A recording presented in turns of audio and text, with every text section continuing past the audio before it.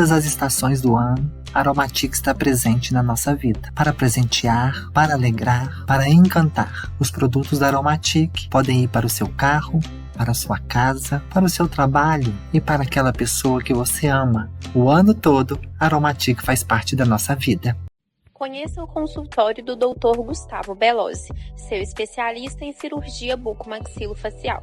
Aqui você encontra soluções para traumas da face, reconstruções ósseas, cirurgias ortognáticas, implantes dentários, disfunção temporomandibular, extração de sisos e muito mais. Venha nos fazer uma visita. A Irmandade do Hospital de Nossa Senhora das Dores, em Ponte Nova, tem 150 anos de história. Entre as especialidades em que somos referência para a região está a oncologia. Oferecemos o tratamento completo contra o câncer, com consultas, exames, cirurgias, quimioterapia e radioterapia. Irmandade do Hospital de Nossa Senhora das Dores. Nossa missão é cuidar de você.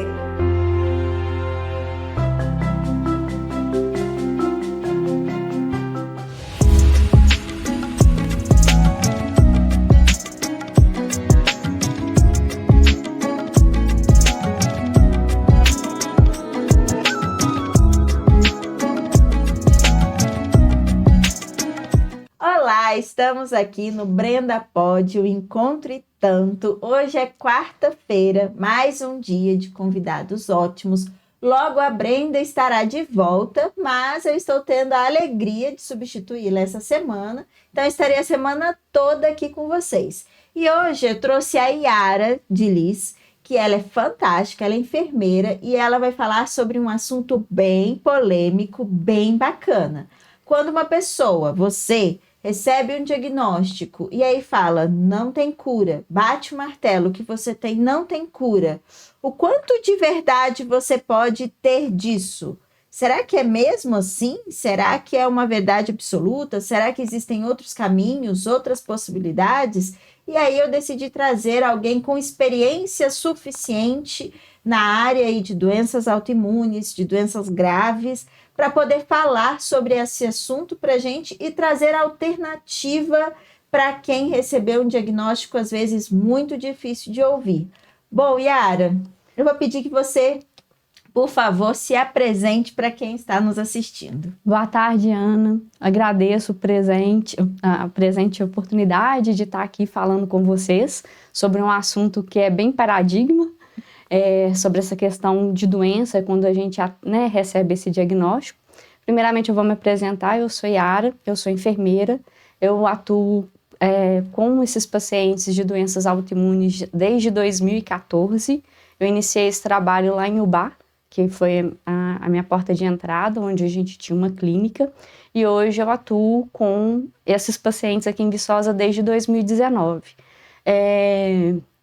Eu tenho mestrado pela Universidade Federal de Viçosa, em Bioquímica, fui formada pela Universidade de Presidente Antônio Carlos, em Ubá, de enfermagem, e tenho algumas especializações e agora, no momento, estou finalizando um doutorado também na Bioquímica.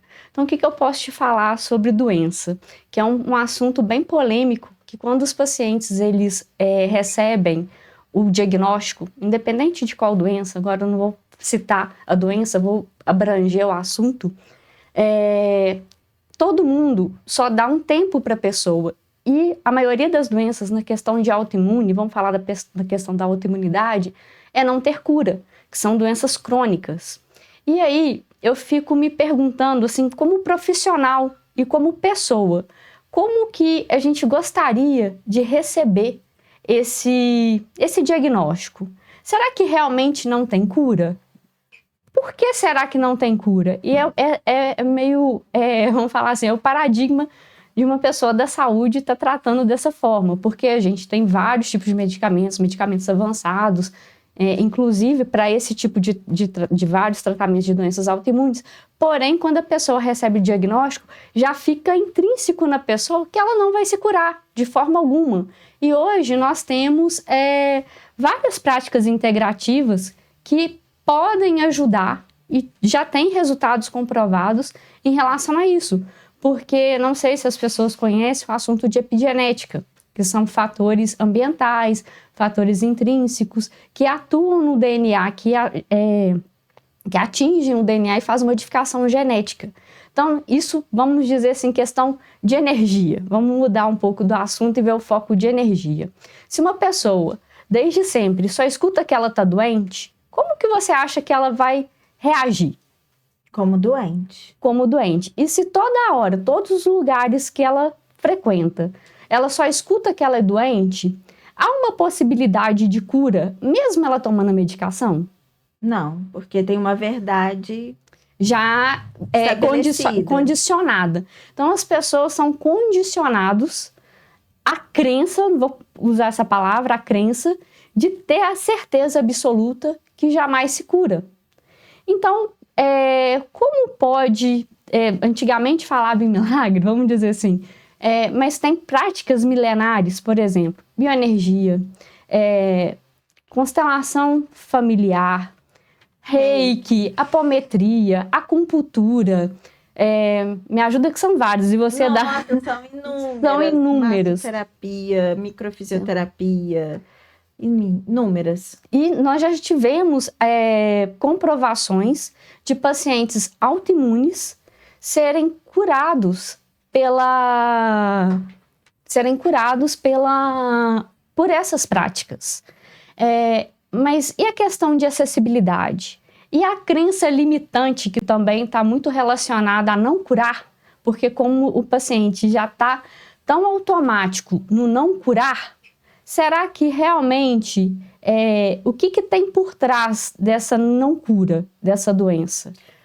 E aí eu queria só te perguntar uma coisa, que você falou um termo muito interessante, que eu acho que poucas pessoas conhecem, eu gostaria que você explicasse isso melhor pra gente. Do que está por trás dessa não cura, e aí vem a epigenética derrubando um pouco essa muralha aí do não tem cura, que é como se subisse uma muralha, não tem cura, levantou a muralha. E aí a epigenética, ela vem desconstruindo essa muralha e falando assim, peraí que não é tão verdade absoluta assim. Você poderia explicar como que um pouco mais sobre epigenética e como que a pessoa ela pode utilizar esse recurso da epigenética, se ela vai a um profissional, o que ela precisa fazer? Então, na verdade, Ana, o que acontece? A epigenética é um dos fatores, vamos supor, a paciente é sadia, não teve nenhuma doença diagnosticada a longo prazo. A uma certa idade, ela foi diagnosticada com X doença, vamos colocar uma esclerose múltipla, algo assim, e a pessoa era toda sadia. Aí, o que hoje a gente não vê é um tratamento holístico para o paciente, um olhar humanizado. E aí, se usa um protocolo generalizado. Só que ninguém consegue perguntar, às vezes, onde que essa pessoa morou a vida inteira? Quais foram os estilos de vida que isso impacta para a pessoa ter doença? Então, assim, a epigenética está relacionada à questão da doença, a pessoa desenvolver a doença com a questão ambiental, os fatores de tabaco, alimentação. Então, tudo interfere na questão do DNA. Da mesma forma que ela atua para a doença, ela também pode atuar na saúde. Como que a gente faria isso?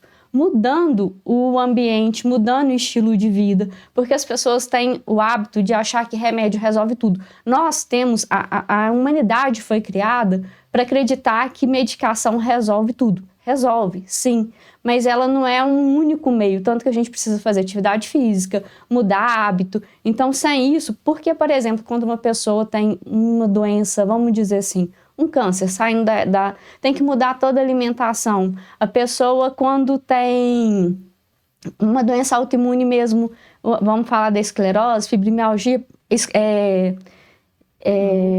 lúpus. Na questão do lúpus, ela é uma questão de não pegar sol, essas coisas. Então, assim, vou tirar um pouco ela, porque o sol tem mais especificidade, porque o sol é muito importante também. Mas nessa questão, em específico do lúpus, ela não enquadra. Então, o que as pessoas fazem, além de tomar medicação, para se curar? tem esse envolvimento da sociedade. Eu não estou dizendo da pessoa, não estou culpando a pessoa que é doente ou não doente, não é isso. Estou falando assim, o que a sociedade vê a pessoa doente? É um coitado que não tem cura. Então, assim, nós não temos o hábito de ver a pessoa como uma pessoa sadia, porque já está tão limitado essa visão, esse olhar para as pessoas doentes que elas não vão se curar.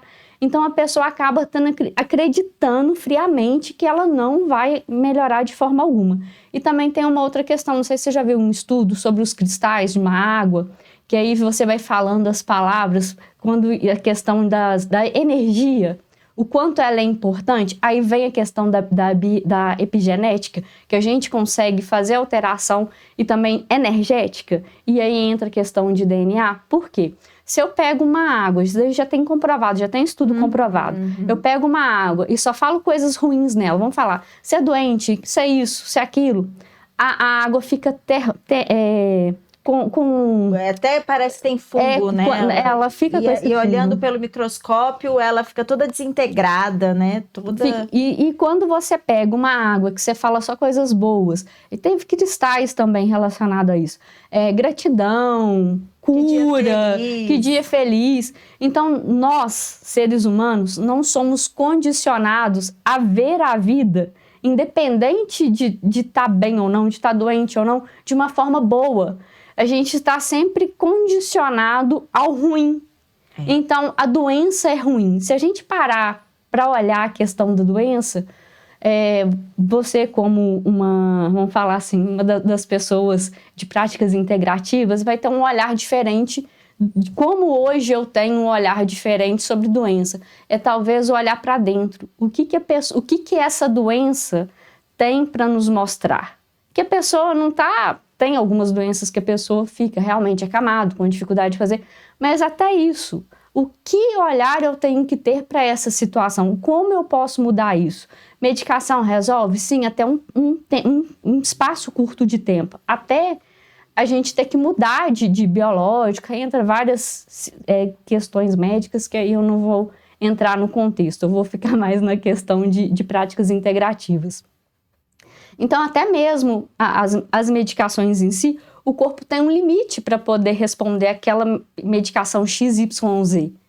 E aí, a questão toda é, o que isso traz para nós profissionais da área da saúde é um olhar. O que isso vem mostrar para nós? E hoje tem tantos medicamentos aí que de várias coisas, de vários valores, e que tem resolvido bastante? Sim. Mas não resolve 100%.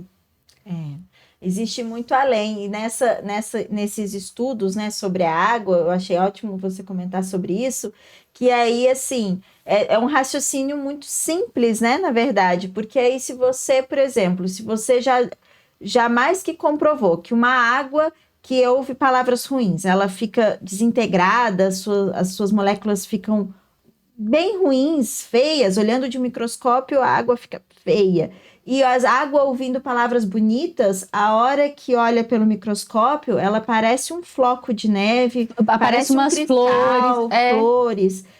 Ali a molécula ela fica um formato completamente diferente. E aí, a partir desse simples ato, se a gente simplesmente fizer o raciocínio que nós somos 70% de água, já resolve bastante.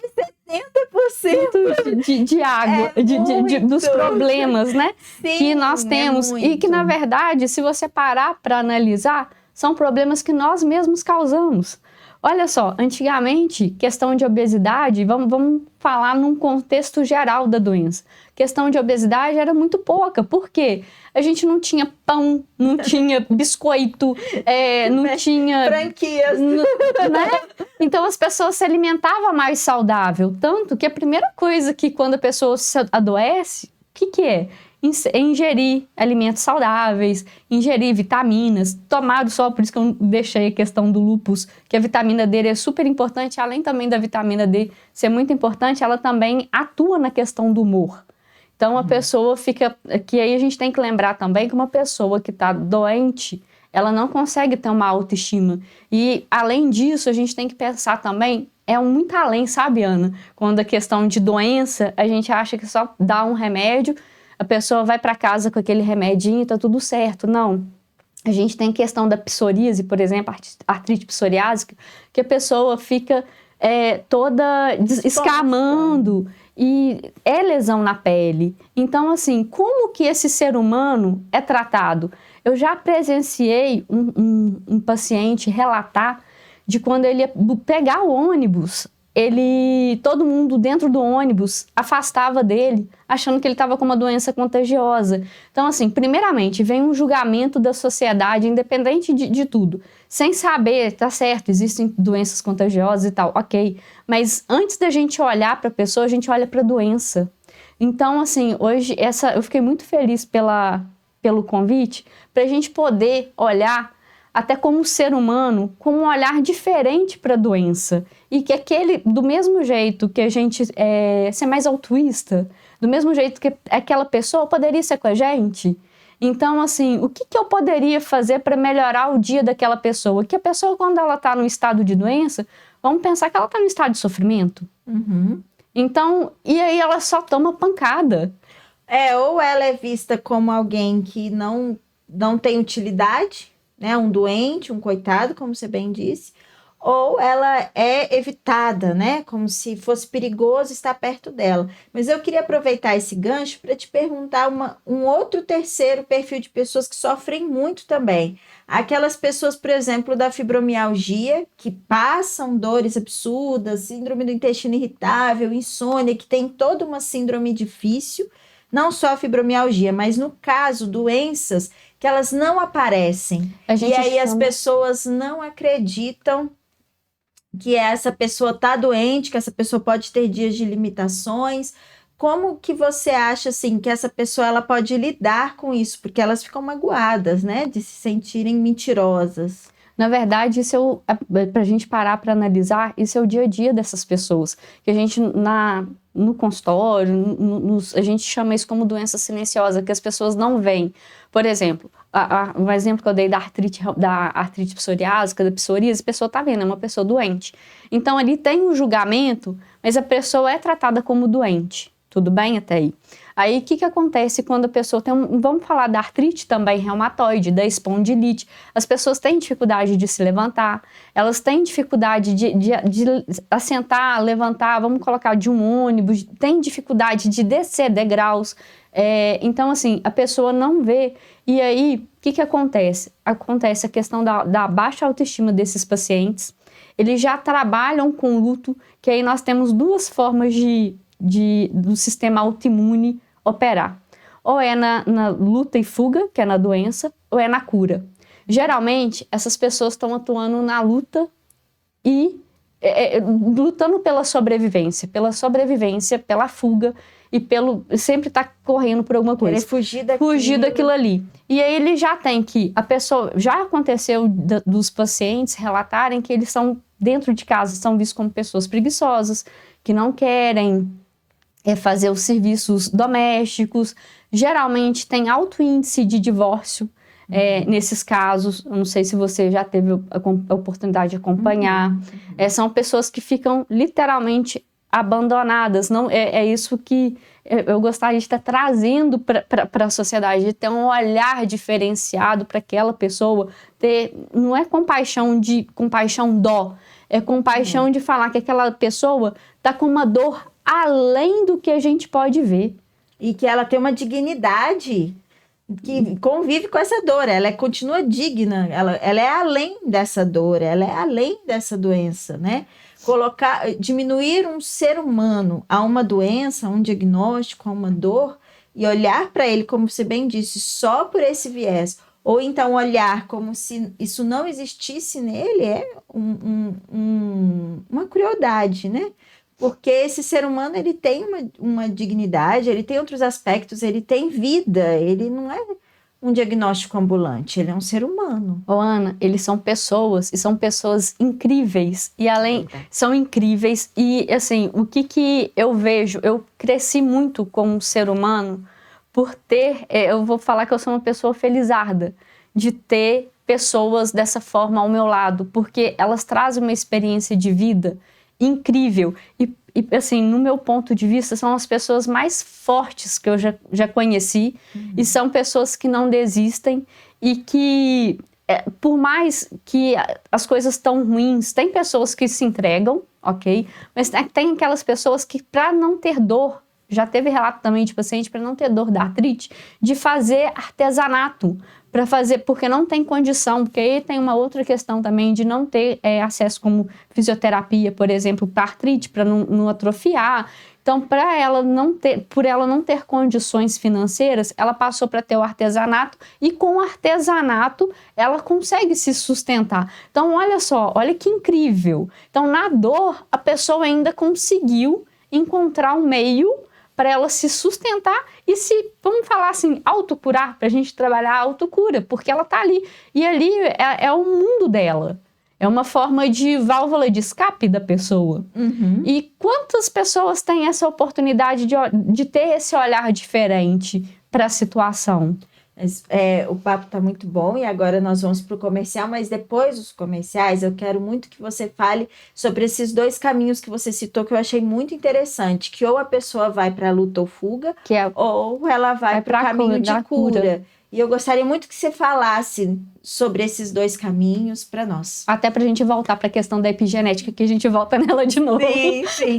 Vamos para os comerciais. Muito obrigada, gente. Daqui a pouquinho a gente está de volta.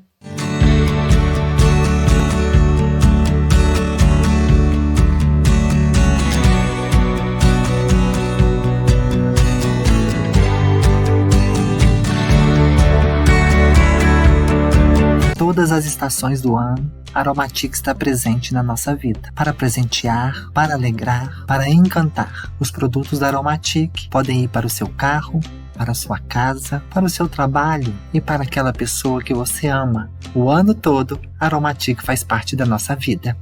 Conheça o consultório do Dr. Gustavo Belosi, seu especialista em cirurgia bucomaxilofacial.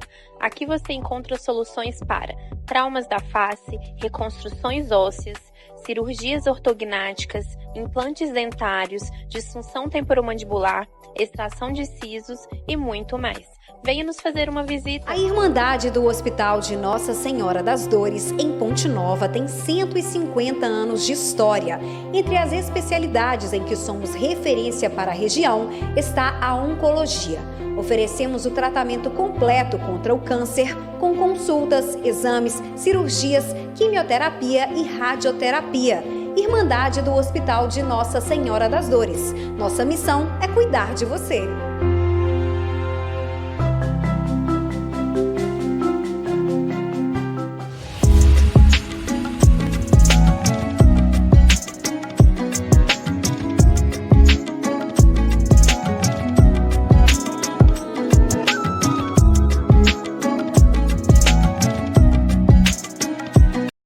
Voltamos aqui no Brenda Pódio Encontre Tanto. Estamos nessa quarta-feira com a Yara de Liz, enfermeira, que está assim nos falando coisas incríveis sobre as doenças, sobre receber um diagnóstico difícil de aceitar.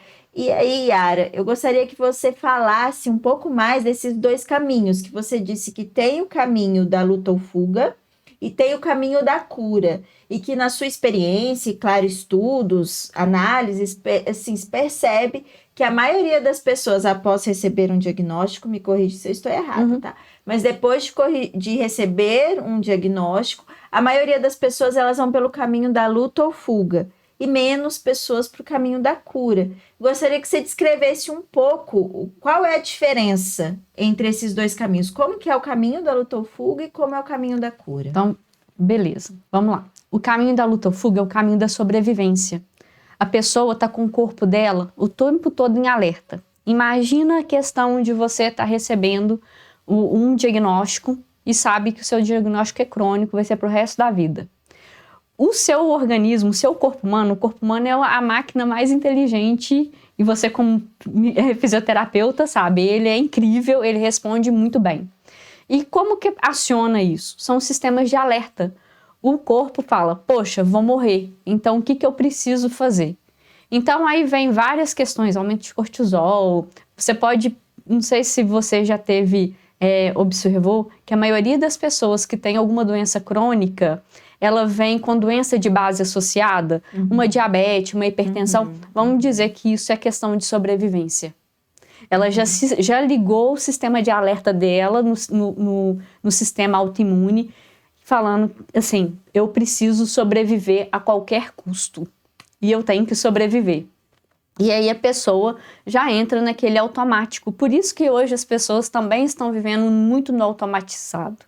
Então ela não para poder entender o processo do corpo. Por isso também é muito importante a questão das práticas integrativas, que traz esse olhar para dentro, consegue trazer um autoconhecimento para o paciente e ele avaliar o que ele está sentindo para sim, a partir daí, a gente ir para o processo de cura. Autocura, o que seria isso? Uma leveza, uma fluidez, deixar um processo de aceitação do processo. Seria isso. Então, assim, a maioria das pessoas, quando está na questão de sobrevivência, que é luta, fuga, ela não está aceitando. E aí, vamos dizer assim, você perdeu um ente querido. Você fica um tempo na luta e na fuga porque você está sobrevivendo até você assimilar aquele processo. Dependendo do quão você consegue assimilar ou não, você pode até entrar em depressão, dependendo do trauma. Então, todo o sistema de alarme que o corpo liga na questão da sobrevivência ali está relacionado a um trauma. Entendi. E aí é que entra a questão da epigenética. Porque a partir dali pode ter mudado várias questões de DNA naquela situação. E a partir desse momento é que é importante a decisão. O que eu vou fazer com isso? Qual o melhor caminho? Eu vou procurar a medicação, ok, mas eu preciso entrar num processo de aceitação por aquela situação. E aí eu consigo entrar no processo de cura.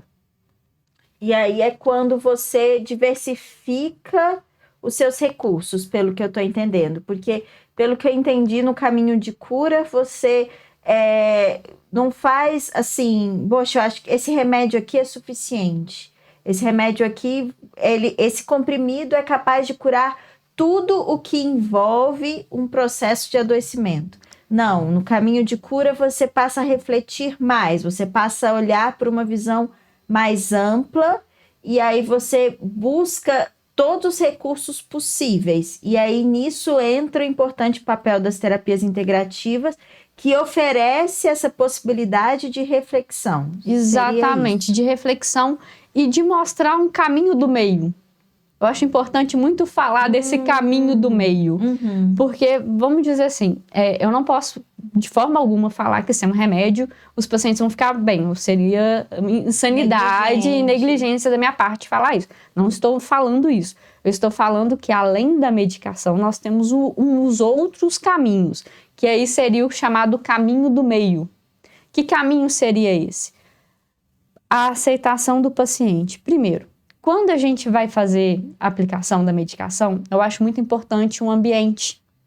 Vamos supor, se você vai chegar num lugar que a pessoa que já vai te atender já está com uma cara triste, já está com um monte de problema, o ambiente tá todo mundo que tá ali, que tá para fazer, tá doente, você vai se sentir mais um doente e aí o caso também para o paciente abandonar o tratamento é muito grande, porque ele já sabe que não vai ter, tipo assim, não vai ter cura. Então, para que ele vai ficar insistindo numa coisa que tem pacientes, por exemplo, que vão mensalmente, semanalmente, quinzenalmente, já tem um desgaste e sabendo que todo mundo fala com ele que não tem cura. Então, eu acredito assim que nós, profissionais, também poderia fazer o dia diferente. Então, é isso que eu procuro fazer no meu trabalho. Eu, geralmente, os pacientes são colocados todos juntos, lá sai receita, troca de bolo, troca de muda, de planta, a troca de artesanato. Tem gente que vai lá fazer tricô. Então, assim, lá, se você chega lá, a gente tem todos os protocolos de atendimento e tal, não estou eximindo disso. Mas a gente tenta levar para o paciente um lugar leve. Cheiros, por exemplo, a questão da aromaterapia é super indicado. E aí tem paciente que gosta de cheiro de capim-limão, por exemplo. Tem paciente que adora canela. E isso ajuda? Ajuda, porque a gente tira o paciente que ele está indo lá para algo ruim. A gente tenta trazer o paciente para algo doloroso, para uma coisa prazerosa. E aí é esse caminho do meio da autoaceitação. E aí, pelo que você está me falando, Yara, me parece assim, que você, como enfermeira, com anos de experiência, mestrado, doutorado, tendo ali conhecimento do que está sendo desenvolvido, de ponta e tudo mais, pelo que eu estou entendendo, você está me falando assim, existem aí coisas sofisticadas e tudo, mas existe uma base, existe o simples, existe o fundamental que precisa ser incluído. O cheiro, o ambiente, o aconchego, o aconchego, o abraço que hoje em dia, assim, as pessoas, igual eu mencionei, tá tudo no automatismo. Ninguém chega para uma pessoa. Qual foi a última vez que alguém te perguntou assim, Ana, como foi seu dia hoje? E de fato querendo ouvir, né? Como foi seu dia hoje? O que você gostaria de hoje? Teve uma vez que eu brinquei lá na clínica e falei com os pacientes assim, por mim, eu colocava aqui uma massagem dos pés pra gente fazer escalda-pé. Tem paciente que até hoje não sabe se cuidar. Sabe, assim, aqui você tá com dor, aí a primeira coisa, vamos tomar uma dipirona, um paracetamol? Não, vamos sentir a dor. O que essa dor tem para me falar? O que eu posso fazer para melhorar essa dor? Então, vamos ver o que eu posso fazer. Eu posso colocar, por exemplo, um aroma que eu gosto, um cheirinho que me traz um aconchego. Assistir uma coisa agradável. Uma coisa agradável, uma música, fazer um crochê, ler um livro, comer uma comidinha que a gente gosta. Então, assim, eu acho que falta mais essa visão do autocuidado também, sabe? Que a pessoa vai indo, Ana, chega num ponto que a autoestima tá lá embaixo. Então, como que a gente recupera essa autoestima? E eu observei que com esses atos, assim, de colocar um cheirinho gostoso no banheiro, na recepção, dar um bombom pro paciente, isso daqui é pra te agradecer por você ter vindo aqui. Como assim você tá me agradecendo por eu vir aqui? Meu dia tá horrível. Aí eu tô vindo tomar um remédio, vou levar uma picada. Falei, mas vamos pensar pro lado bom da situação? Tem solução. Então a pessoa já tá tão... Aí eu volto na questão da sobrevivência, já tão na luta e na fuga que tem que sobreviver, que ela não tá acostumada a receber um carinho. E sobre essa questão, Yara, que eu acho que quem está nos assistindo está nessa expectativa da solução, sobre os seus estudos, suas análises e até a sua experiência como profissional. Você já conhece algum caso de, assim, ou dentro de um artigo científico, ou dentro de um relato, ou da sua própria experiência com seus pacientes, de alguém que se curou de uma doença que tinha sido dita que não haveria cura? Você conhece Eu isso? conheço, esse final de semana em específico, eu estava num curso, porque a partir de agora, já tem um tempo, na verdade, que eu tenho feito isso em mim. Não por questão de doença, por questões de traumas de infância que todo mundo tem. Então eu conheço bastante práticas de auto-aplicáveis. A gente, né, faz na gente. Então, o que eu vi no final de semana da questão da bioenergia, teve um paciente que ele estava paraplégico, ele voltou a andar, tudo com questão de bioenergia.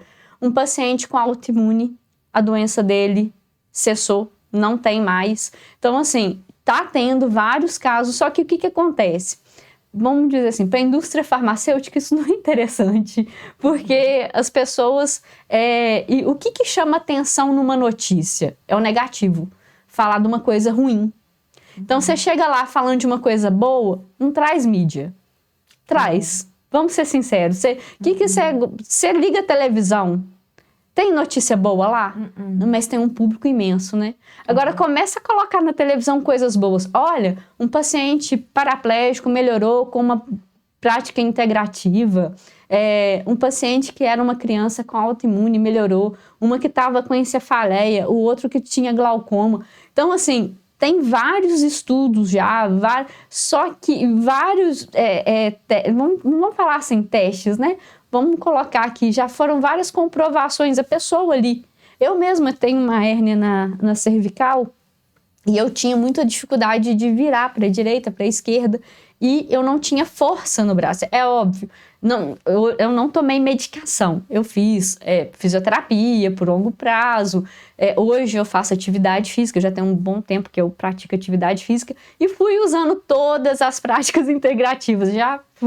Eu já fiz prática de Theta Healing, já fiz a bioenergia mesmo, que é o bem, já fiz a microfisioterapia, né, Ana? Uhum. Já fiz a constelação familiar. Então, assim, as pessoas também têm que estar abertas para o novo, porque essas ferramentas, elas não existem agora. Uhum. Elas são milenares. Uma acupuntura são milenares. Não é de um dia para o outro que a gente acordou e falou, olha, eu vou fazer um toque no corpo e ele vai responder. A Carol veio falar aqui também sobre as massagens ayurvédicas. Então, tem muita coisa. Só que as pessoas, volto a falar, estão tão acondicionadas à doença, já tudo é doença que não vai ter cura, que ninguém, não vou falar ninguém, a gente não, como ser humano, a gente fica tudo no condicionamento, aquilo ali, pronto, acabou.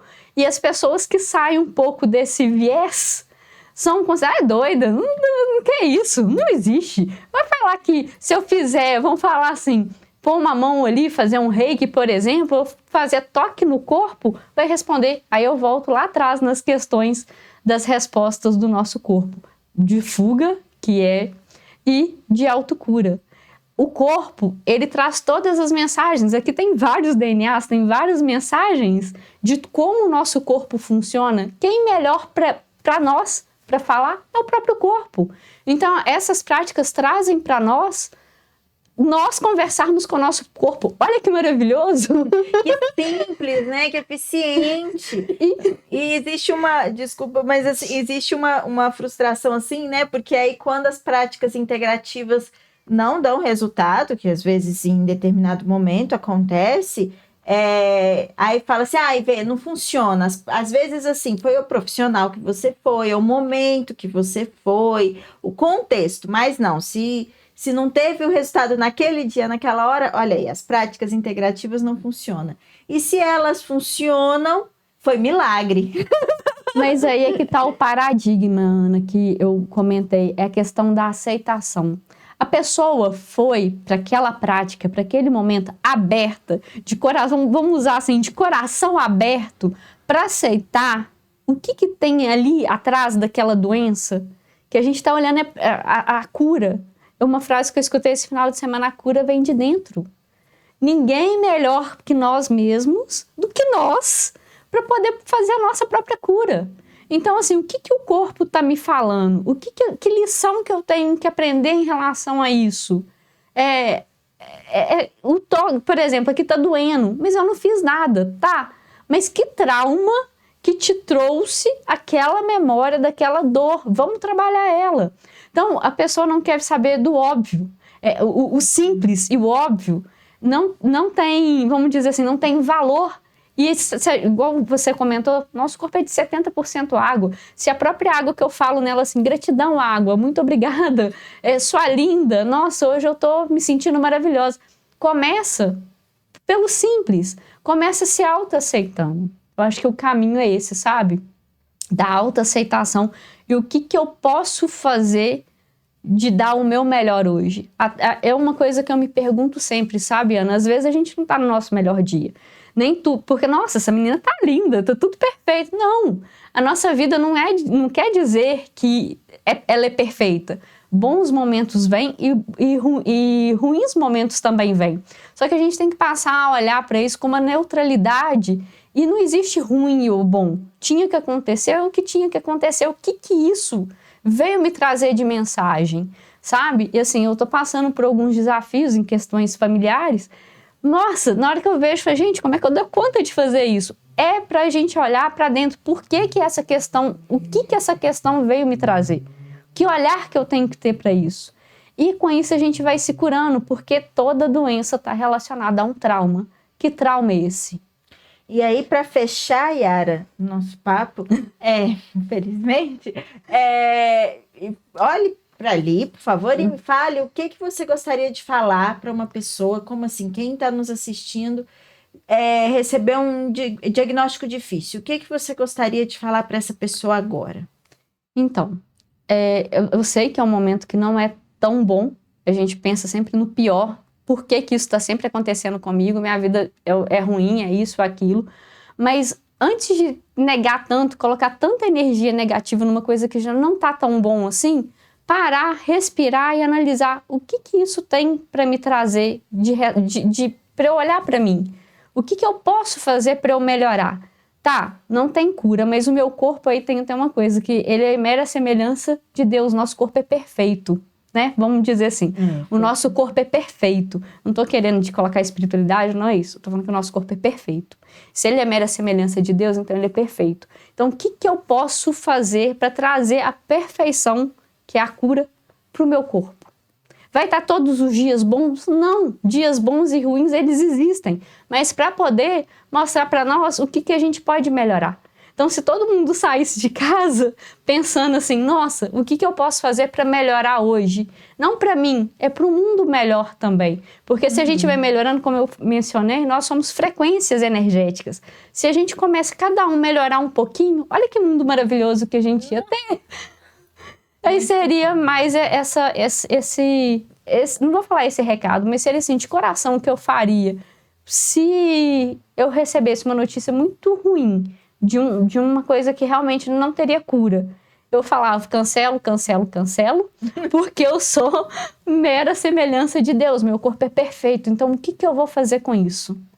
Muito, muito, muito, muito obrigada, Yara, por trazer sua experiência como ser humano, como pessoa e seu novo olhar também, né? Para essa chance de olhar o ser humano, que a gente é ensinado a olhar demais para a doença na graduação.